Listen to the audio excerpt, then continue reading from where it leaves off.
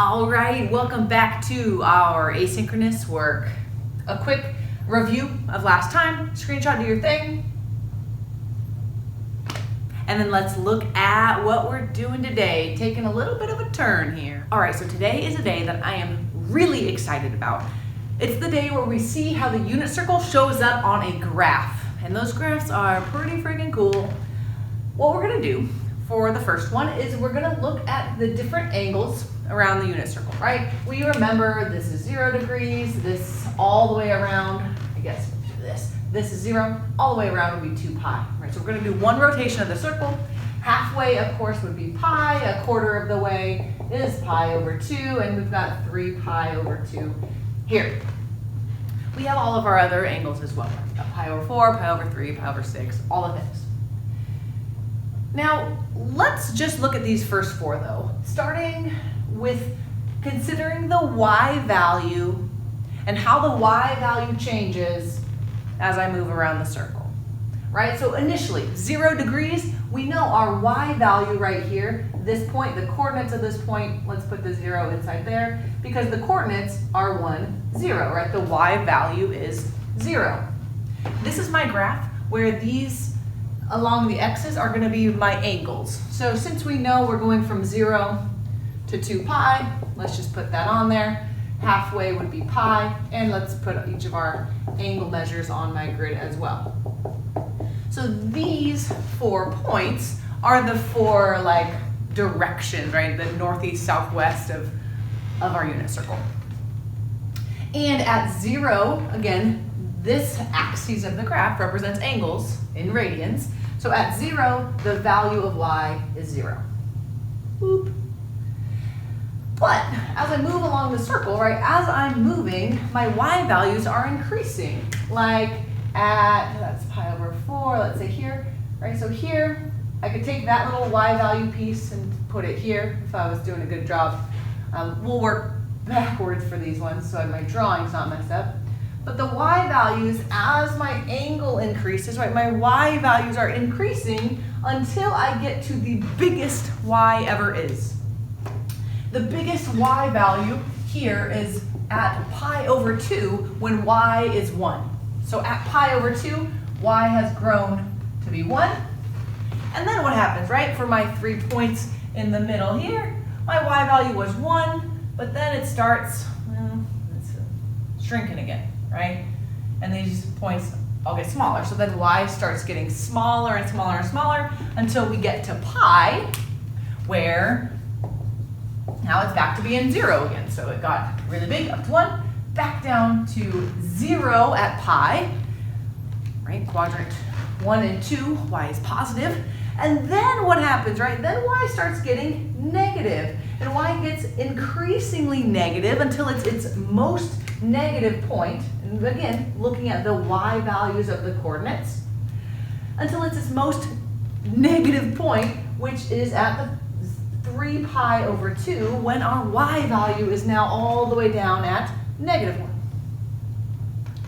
And of course, moving along, right, as we get back towards 2 pi, the y values get bigger but smaller. You know what I mean? Like their lengths are getting less negative until we get to 2 pi, where our y value is 0 again. So these, it's like if I'm putting these orange lines on my graph, it would look something like this. Right? So this would be my 1, this would be my negative 1. Is that horribly off scale? Yes, it is. Let's adjust. A little more accurate. But here's what we end up looking like. If I filled in those other points, if I filled in all of these orange lines along my graph, then I get this graph right here that'll look like something like that. This is one cycle. Because we were graphing the y values, this is the graph of sine. One cycle of sine. Sine. We know the y values around the unit circle represent sine, and this is what the graph of sine looks like. which is pretty powerful. Just like we've been learning in class, anytime I graph a new function, I'm gonna wanna be able to transform that function. So stay tuned for your asynchronous assignment, but making sure you've got a solid copy here of the sine curve. Again, this is one cycle of the sine curve, and maybe you can tell, right? As I go around the circle, these values would just keep repeating. Because we could go around the circle once, but we could keep going around the circle. That's what these further angles are. And as I keep moving around the circle, the y values will keep repeating that pattern. They'll start at 0, they'll increase until 1, they'll get smaller back to 0, they'll go negative down to -1, and then come back up to 0. I could continue this graph because it would just keep boop. You can't see me, but I'm still going. And actually that was a pretty good graph. So the sine values of the unit circle, the y values of the unit circle when graphed look like this, from 0 to 1 to 0 to -1 to 0. Lock that in. Let's take a look at what happens if I do the same process, but this time with the x values or the cosine values around the unit circle. All right, so like I said, looking this time at the x values. So the x values around the unit circle. So they're like these lengths here. Right? How long is the x? But what's tricky is I'm going to take these lengths and I'm going to put them on the graph where this graph is angles and lengths. So originally, cosine here, the x values start out on a pretty good note, right? The x value starts out at 1. It's biggest at 1. So if I took this, and picture I'm taking this, right, and putting it right here, the x values start out at 1. And then as my angle changes, goes towards 90 or pi over 2, the x values start getting smaller. Right, so my x's, as I move around the angle, now my x's are getting smaller until I get to pi over 2 when x is 0. Right, that's these horizontal lengths. And we can see them in the coordinates as well, right? Root 3 over 2, root 2 over 2, a half, until finally 0. And then a little different than our y values, right? Because then, as soon as I pass 90, moving into quadrant 2, my x's start getting negative. And they get negative, and they're increasingly negative until I get to my smallest x value down here, -1, by the time I'm at pi. So the x's, right, get negative, and then they're -1, and then they start getting kind of small again, right? So negative and then -1/2, until the x gets back to 0 by the time I'm at 3 pi over 2. And just like we saw with the sine values, now though looking at my x values, they were at 0 for this coordinate, 3 pi over 2. And then they start growing again until I reach 2 pi, where they are back to 1.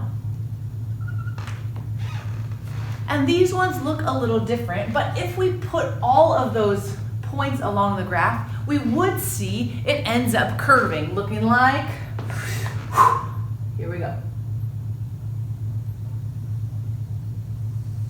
All right, I missed a little bit, but that was pretty good. And this is what one cycle of cosine, one cycle of the x values around the graph looks like.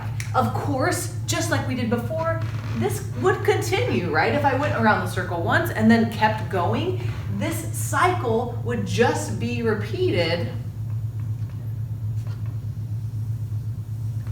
And I'm still going, and it would be repeated on and on forever.